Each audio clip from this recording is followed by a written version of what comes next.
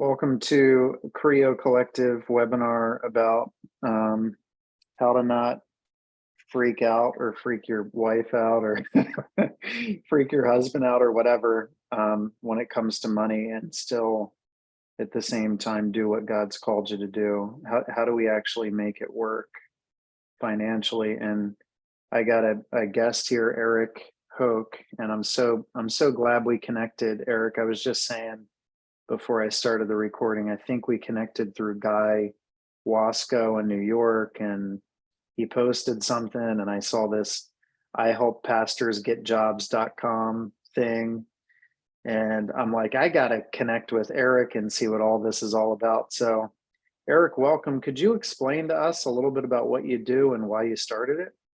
Sure. Thank you so much, Mike, and good to see everyone. So why did I start ihelppastorsgetjobs.com? Because in 2017, I planted a church in the South Bronx of New York City, which is the poorest congressional district in America, where the mega churches are about 75 people, and realized pretty quickly that I will never be full-time at this church. The math just doesn't math. So I was one of those people that entered bivocational ministry reluctantly. I have a youth ministry degree from Liberty University. I have a master's degree from Alliance Theological Seminary. Before church planting, I was a youth pastor and an associate pastor. So I did not feel like I was the most marketable person in a place like New York City for a job. But, through some connections and through some learning and networking at the mature age of 29 years old, I broke into the for-profit corporate consulting world in Manhattan.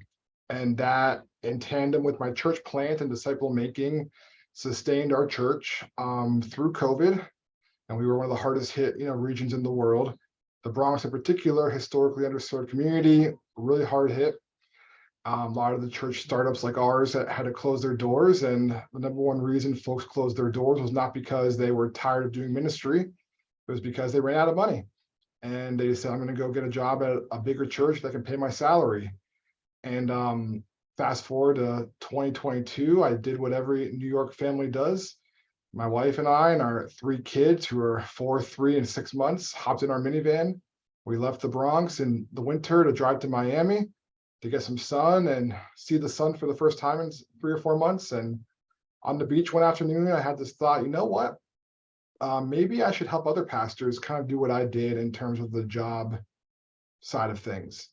I'm sure there's someone out there already doing it. Why don't I call some of my friends I'm networked with and see who's already doing this, so I can just see how I can support them. I called a few of my pastor friends. I said, hey, who's out there actually helping pastors get jobs? And not Uber and Home Depot, but jobs, salaried, benefits, PTO, retirement matching, those kind of jobs. I called 3 friends. All 3 of them said nobody. I said, okay, Lord, what are you asking me to do? And ihelppastorsgetjobs.com was born. And as of this past week, we've helped 60 pastors in varying degrees of support get a job, a full-time vocational, second job, while supporting their ministry. So their average salary is about $60K for the role. So it's really wild to think that an idea that I had on the beach 8 months ago has put $3.5 million in pastors' pockets. So it's all because of folks like you, Mike, who believe in what we're doing and people can stay in their context. They can continue to minister. They can make disciples both in their church and in the market. So that was the high level view of what made me want to start this ministry. Man, that's super inspiring and encouraging. And I feel like, is this the future?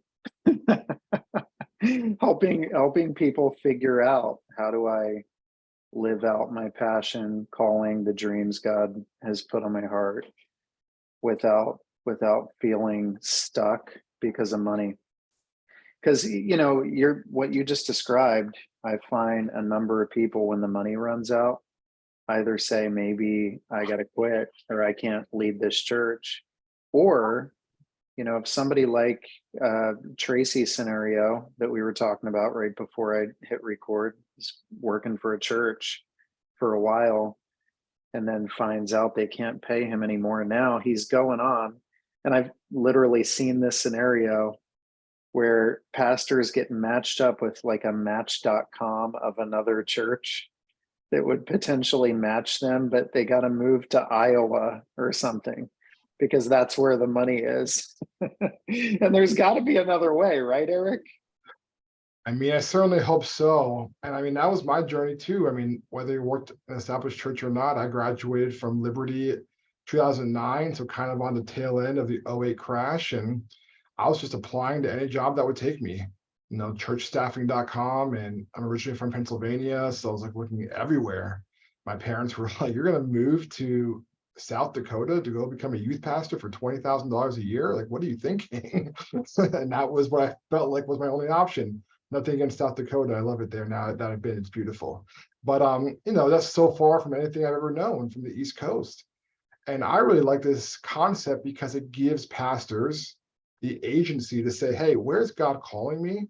Where do I want to live? Where can my family thrive?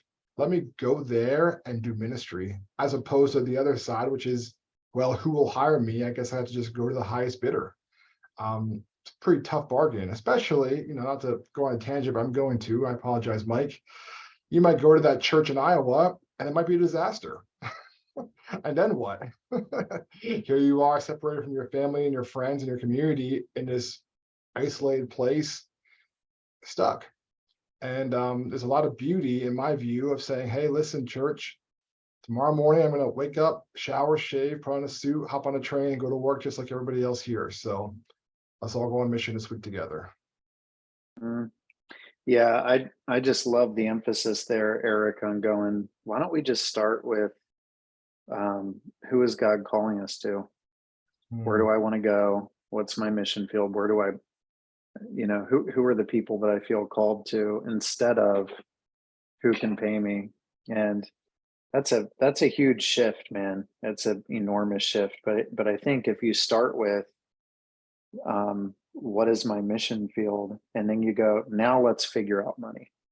Now let's figure out money. Now let's figure out how to take care of my family. But God, I'm open to going wherever you want me to go. Now we'll figure out money. It's like the second question, not the first question.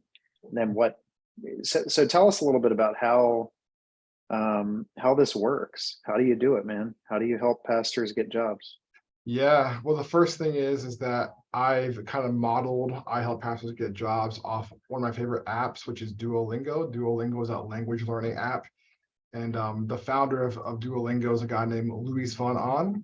And his vision was that cost should never be a barrier to somebody who wants to learn a language. So if you have Duolingo on your phone like I do, I never paid a penny for Duolingo, but I've learned quite a bit of Spanish and German and French, just having fun with it and playing around with it. But if you want to pay a little bit of money, you get more advanced, work. I help pastors get jobs. 97% of those who are engaged with it don't pay a penny. They can go to my website. I'll go ahead and put it in the chat. They can download a free PDF. They can they can schedule a coaching call with me. They can get on my newsletter. All of that is free. I even have a PDF called the Ministry to Marketplace Resume Builder, where it takes your skills and translates them into a way that makes sense to the corporate environment. 100% free, because I don't want any pastor, especially those like myself who are making very low wages, to have to shell out money they may or may not have for the service. So 97% of it's free. I'd encourage you to go on there, hit free PDF at the bottom. You'll get on the mailing list right away. If you want to schedule a coaching call, we can do that as well. And then for those of you who say, no, I really need some customized work, I sort of have a 3-tier approach. The first approach is a digital learning community. We meet every other Friday. We talk through job seeking, because here's the thing that I found. Most of us did not anticipate getting to a certain point of our ministries and not be in vocational ministry any longer, full-time vocational ministry. It can be lonely, it can be scary, it can be isolating. I mean, job seeking at baseline is very challenging, but the digital learning community is $20 a month, and it's the opportunity for folks to come together, pastors to come together and say, hey, we're all figuring this out. We're supporting one another, we're caring for one another. Taylor, I see on the calls, is in it. Shout out to Taylor. So that's like the most entry level, like, I don't know what's going on, but I need some support. You can join that. The second one is the most popular service. That's the resume rewrite. That's simply you sending me your ministry resume in all of its messy glory of I did dodgeball nights or retreats or potlucks or preaching or discipleship or fill in the blank, but I want this job. And I take your skills and experience and I translate it in a way that makes sense to the hiring manager. And though I can't guarantee a job, I'm finding about 50% of pastors who I've worked with have gotten a call back for an interview.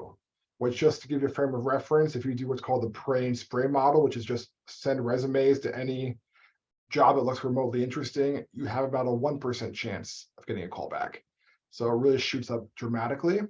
Normally I charge 500 for that, but because it's the holidays, I'm offering a sale for 300. We also spent an hour together on the phone talking about kind of what are some of the things you've done in more of a narrative form, so I can really expand your experience. And number one feedback I get from that is, wow, I can't believe this is me. I can't believe I've done all this stuff because we as pastors tend to downplay our skills and expertise and, under the guise of humility, which is good. We need humility, but at the same time, the job market wants you to be confident. And then there's also some coaching packages and things like that that are a bit more premium for someone who really wants to hit the gas. But the learning community is a great resource as well as the resume rewrite. Mhm. Yeah, so it sounds like what you're doing there is also matching people up with a job based on their skill set too. It isn't just getting them a job, it's getting them a job that they would actually thrive in and enjoy and have like gifts that line up with that particular position. Is that true? Yeah, that's true. I mean, one of the things that I've found talking to a lot of pastors in the last 8 months is, we expect our congregants to come to our place of employment every Sunday and they know all about our jobs. But if we're honest, how many of us would say, oh, I know what people in my church do professionally? And maybe I know what they do, but do I even know what their day-to-day looks like? What are their challenges? What are their pain points? What are the things that are causing them stress at their job? Because I believe, in my view, we have this kind of two-tiered system in our Western society of, the clergy, the pastors, the ministers who are paid, they're the real holy spiritual ones.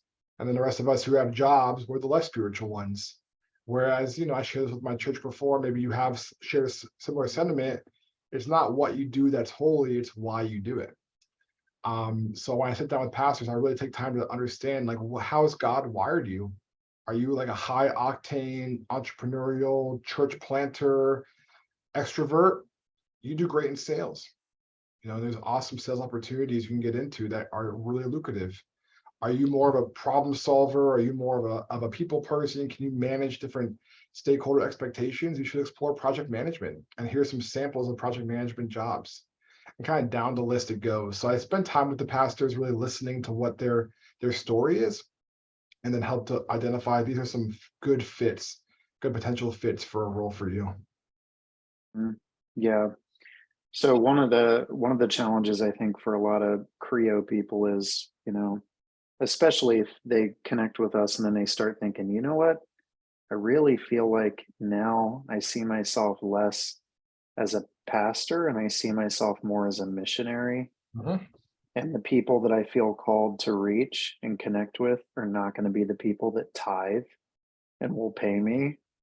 And so, it's like you and I talked about this when we chatted on the phone, but it's that quote Alan often uses of it's hard to get someone to understand something when their salary depends on them not understanding it. And you get people going, okay, if I go this direction that God's put on my heart, I'm actually going to like focus my attention on people that can't pay me and I'm going to work myself out of a job. And so it sounds like what you're able to put in front of people is there's another way for you to still go out there because there's a lot of people that feel stuck. All right, I got to pick.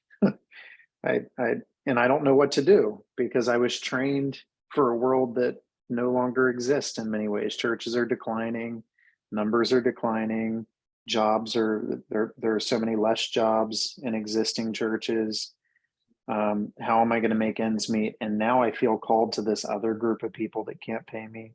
What do I do? And they feel helpless. So I feel like this conversation is so timely for them. Mm. Yeah, it absolutely is, because not to sound super crass, but it might sound a bit crass. When I was a full-time vocational minister, I felt like my job was selling religious goods and services, right?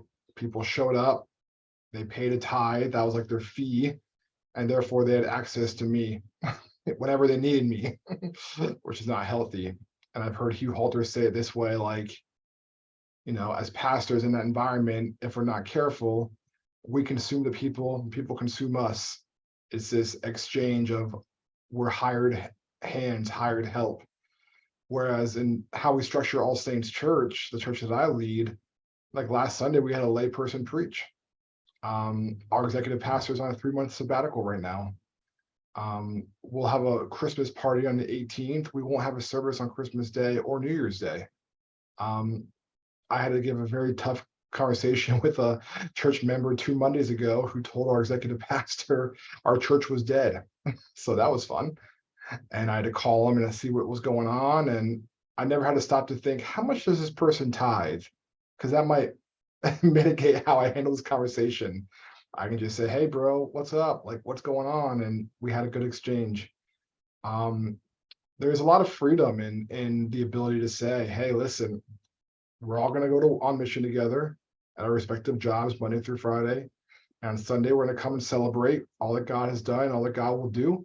And then we disperse and we can go do it again. There's a lot of power in that. That's something that I've really enjoyed. I I had someone ask me a question on a previous call like this, and it really was an annoying question, but I liked how I answered it. The question was, if your church blew up to 300 people, would you stop being bivocational? And I'm like, well, that would mean our church is 4 times bigger than the biggest church, non-Catholic church in our community. So that's a dumb question. But the answer is yes, I would stop being bivocational for 2 years. And then in those 2 years, I would invest in 10 leaders. And then after 2 years, send those 10 leaders to plant 10 churches of 30 people, and then go back to being bivocational. That's how I would answer that question. And I think having that freedom to think creatively of how do I want to make disciples, intentionally, and not being stuck to my salary, being part of the church is freeing. It's tough. There's no 2 ways about it, but it's freeing. Yeah, that's so helpful, man. I do think that many people, when they went to Bible college or seminary, if they did that, it was a career path, Mm, so they'd see it as a calling, but it's also, I'm trained to do this. This is a career path. And so they don't know that they have skills that they could actually get paid for, and they could do something else. But if the sky is the limit, if you think in terms of, I could do we could do anything that God's called us to do. yeah. Like, we're free to do anything that God's called us to do. What does God actually want us to do? And we just had this conversation with our elders this past week. We got 20 micro churches, and we're processing everything we're doing. And we have had, traditionally, last several years, a Sunday gathering that rotates different places, right, Eric? So we're kind of like, one week we'll be in a barber shop, next week we're in a pub, the next week we're in an improv theater, right? And each micro church will host and breakfast and all that kind of stuff. Well, we said, what do we want to do this next year? What's helping? What's hurting? And we said, we've heard a number of people say things like, where's church this week? And we're going, oh no, some people are starting to see church as equated with whatever micro church is hosting a gathering in a particular location. And church is a location. And so we said, is Sunday even helpful for us? Should we get rid of our Sunday gatherings in various locations and do something else? At the end of the night, we ended up saying, yeah, let's get rid of Sunday morning large group gatherings starting in March of next year.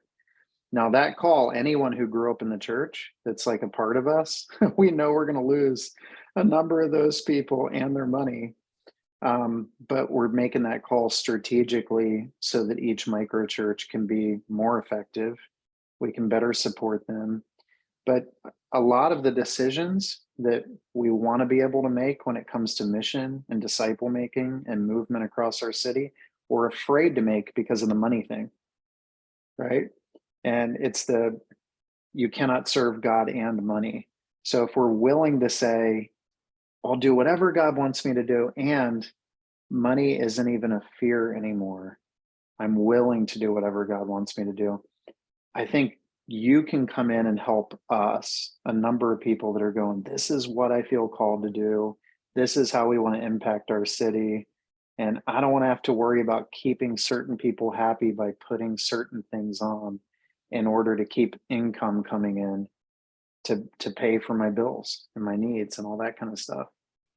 So maybe you could speak to that potential for people that are making courageous decisions on mission and looking for opportunities for income. Yeah, yeah. I'll approach it this way. I find that a lot of the pastors that I engage with, I'm sure pastors on this call as well, by the time they get to me, they're pretty beat up. They're tired, they're frustrated, they're angry, they've been hurt. Because nobody calls me and says, hey, church and church finance is up and to the right. Right? They call me in turmoil, they call me in fear, they call me in insecurity, and they say, so all I've ever done is ministry. And I think the ministry that God has for me next is going to be different, or it has to be different because what we're doing is not working. So I think my encouragement to you, if that's you in this room, would be that you have genuine skills that the marketplace will pay a lot of money for. You just need support and help on how to message those skills in a way that makes sense. A saying that I like to say is a bivocational pastor is not half the pastor, they're twice the pastor, because they have a ministry in their church and in the community. So that'd be my encouragement. I find, man, it's like really tough to hear a lot of pastors who are just these good, godly people that have faithfully served Christ for, in some cases, decades, being like, I have no confidence that I can do anything. And it's like, well, that's not you. That's just you've been beat down and grinded down by an institution that perhaps God never called you to, and God's calling you to make a transition, make a move. And I can speak for myself. I mean, when I was, planting All Saints, and it was, starting out, that our offering was $100 and 50 of it was my own money on a Sunday. There was some times where I'm like, oh my gosh, this thing is never going to fly. But Jesus never said, go into all the world and build a sustainable church, right? Or go into all the world and get to 150 within 3 years, which are some of the benchmarks that are floating around out there in the church world. To make disciples. So keep that the front and centered focus. And yeah, it's a lot of freedom when you have a skill that you can say, listen, I can decide tomorrow I'm going to go move to Florida and I can find a job. I'm not even worried about it. And that's where God's calling me. I can decide tomorrow, my wife is German, we're going to move to Germany, we're going to move to France. That's where God's calling us to go. And I can find a job. It's pretty amazing. A nice thing as well, one last point, is a lot of us have this view of work like it's that movie Office Space. Remember that movie from like the 80s or 90s where you're just stuck in a cubicle and all day, and it's awkward, the coffee's bad, it's all that. They destroy a printer at the end and the copy machine listening to It Feels Good to Be a Gangster. That's a great movie. But the work environment is not like that in 2022. Just for some context, my manager, lives in Hawaii. So her shift for work is going to start in 30 minutes. And I've been working since 8:30 a.m. It's like I'll work for 1 hour, we'll have a 1 hour crossover and that's it. We talk twice a month for 30 minutes. Because most of the time, if you get into a good gig, it's like, listen, just get your stuff done. We're not going to babysit you. We don't have time. And you as a pastor are a high achieving person. So, get into a role like that where you can have some flexibility and freedom to do your ministry and also earn an income. And imagine the pressure you'd feel lifted if you're like, okay, I know every other Friday there's gonna be money in the bank, my kids have health insurance, I have a retirement account. I think there's a lot of freedom, a lot of joy in that. Yeah, no, that's good. Could you speak to, maybe you have a few examples of people seeing that whatever job they pick up as mission, and that it's Mhm. actually opened up opportunities for them when it comes to their faith and disciple making, Yeah. that they wouldn't have had if they stayed outside of the marketplace. Yeah. One of my favorite stories was when I was very early in this bivocational journey. Like I said, I was working as a management consultant, primarily in leadership development. And I was doing really well. A lot of the trainings I would give were things I learned in church. How do you deliver tough feedback? How do you help, an underperforming person, see the vision of the goal? These are just things that we do all day, every day in church. And I was traveling to San Francisco for a job. I was giving an 8 hour long workshop to new managers for a tech company called Salesforce. And they have an office building downtown. I had never been to the Bay before. And I went to this office building. It was on the 16th or 17th floor. It was pretty high up. And they have like this beautiful view of the city. And we're on a break halfway through the training. It's like lunchtime. I'm just like taking a few minutes to myself. I'm naturally introverted, so I need some time to kind of put some gas in the tank before speaking for 4 more hours to 20 or so people. I'm looking out the window, and one of the members of the class, one of the participants, walks up to me and says, "Hey, can I ask you a question?" And I don't know this guy. I just met him. I'm like, "Sure, what's up?" He's like, "How are you so positive?"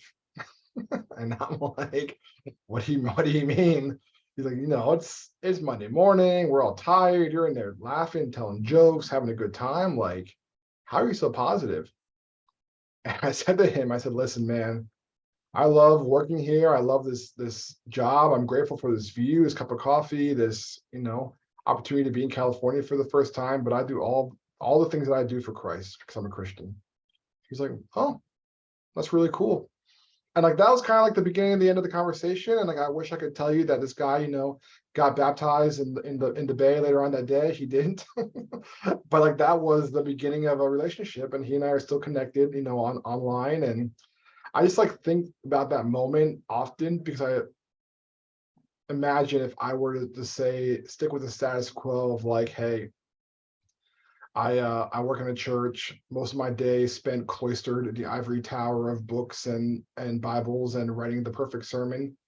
Moments like that on a high-rise, building overlooking the bay with a senior leader of a company talking about Jesus would not have happened. And that's like one, drop in the wider bucket. But I just hope that those stories happen for you as well. That you have those moments where like people look at you and they're compelled by Christ within you, and that they want to learn more and experience more. Because when we walk in those environments, so very secular environments with the light of Christ within us, people notice. It's a pretty beautiful thing. Yeah, that's great, man. So one other question I have here is, multiple streams of income. Yeah. So if you're thinking about mission, and you hear about people getting two, three, four little side jobs or side gigs or whatever, flexibility. Maybe you could speak to that when it comes to mission and people that are looking for income, and picking up side gigs, not just like one big, I'm going to help you get this big job, but maybe you could speak to that a little bit. Yeah. Yeah. So I have a bit of a hybrid answer. I'm a big believer that you should have that one big job, but it shouldn't be too big of a job, if that makes sense. So like I'll tell pastors like, hey, I know that you're been working for 20 years, but that kind of entry to mid-level role, getting, 50 to 60K a year is probably better for you than a senior level role making 90 to 100. Because senior level roles can require so much more of your time and your energy and your brain power than that mid-level role will. That's kind of what my job is. I mean, I turned down a promotion last month. They asked me to be a director, and I said no. I said I'm good. I'm good where I am. I make enough money here. I have health insurance here. I have retirement matching here. My real interests are in my church. I help pastors get jobs, being a husband to my wife, taking care of my daughters, and I could make 20 grand more here, but that's risky ultimately. Because what would happen if I were to say, yeah, I'll take that promotion and I'll not do these other things? And then a year later, they say, okay, we don't have this role anymore. You're done. So going from making, a full salary to nothing is fickle. I don't want to live that way. So I would say find that stable source of income. Don't shoot for the moon, shoot for something in low, and then utilize kind of that free time that you have or the excess time that you have to focus on side projects. I mean, I help pastors get jobs is a revenue stream for me. I'm not going to get rich from it anytime soon, but it's a couple grand. I still do some speaking.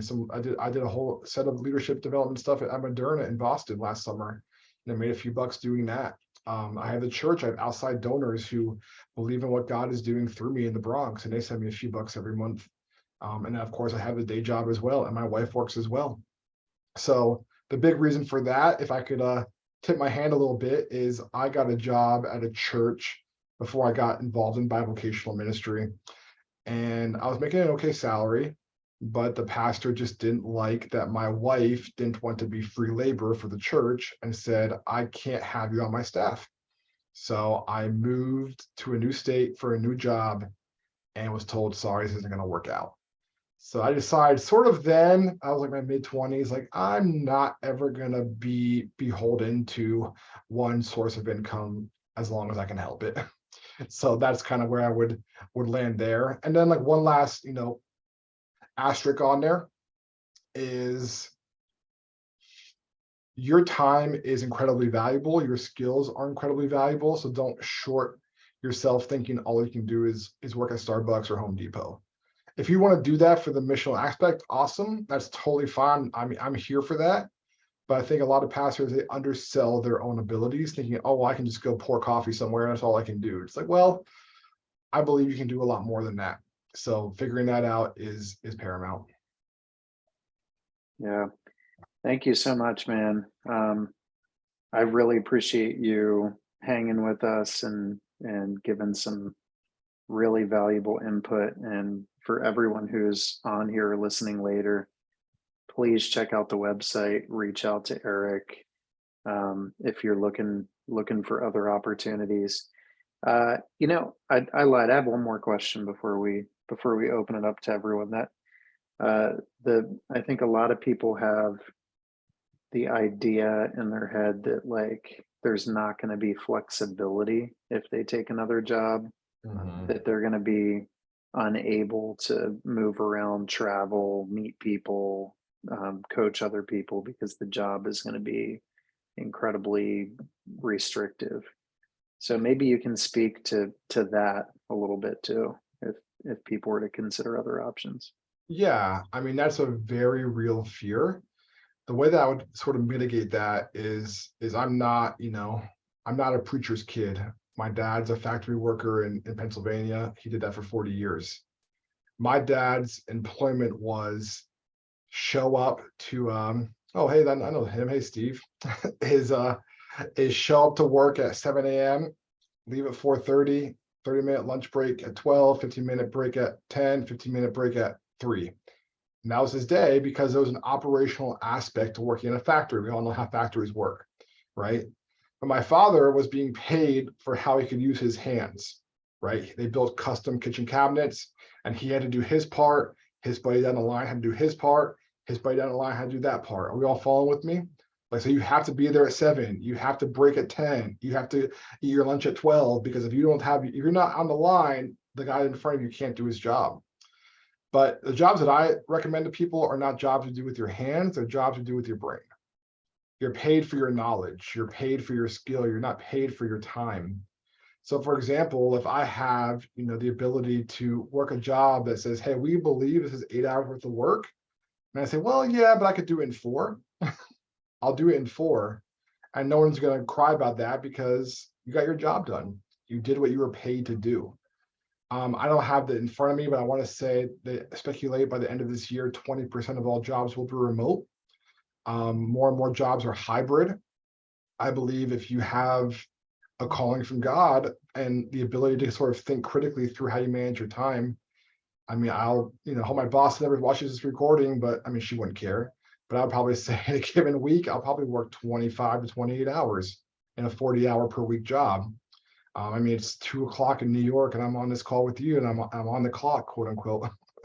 So finding a job that provides that level of flexibility that says, hey, these are the outputs we want you to produce and we trust you to do them, then you'll be just fine. I think, like I said, a lot of us as pastors, we don't have the most robust understanding of how the working world works. So I think a homework assignment I'd give everybody to consider is sit down with someone in your church or your community or a friend or a brother or a sister and say, hey, tell me about like your day, like 9 a.m. to 5 p.m. What did you do?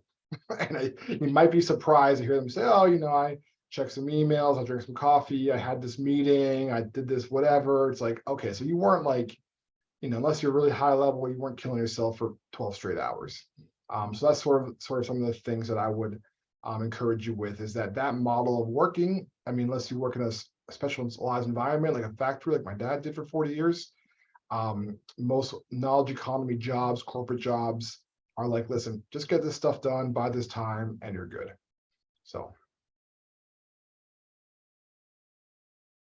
Yeah, no, that's super helpful. Well, thank you, Eric, for joining us, man. And I'll be sending a number of people your way. I know in conversation are a lot of people that are like, we don't want to be stressed out about money all the time. Yeah. And so if I'm able to make ends meet and not worry about money from my church, and then I can still have coffee with people, coach people, make disciples, lead a network, like I'd love to do that. And I hear that time and time and time again. So I sense a partnership here and appreciate connecting with you, man. Yeah, likewise. It's really a pleasure to see everybody. And thank you so much, Mike, for inviting me.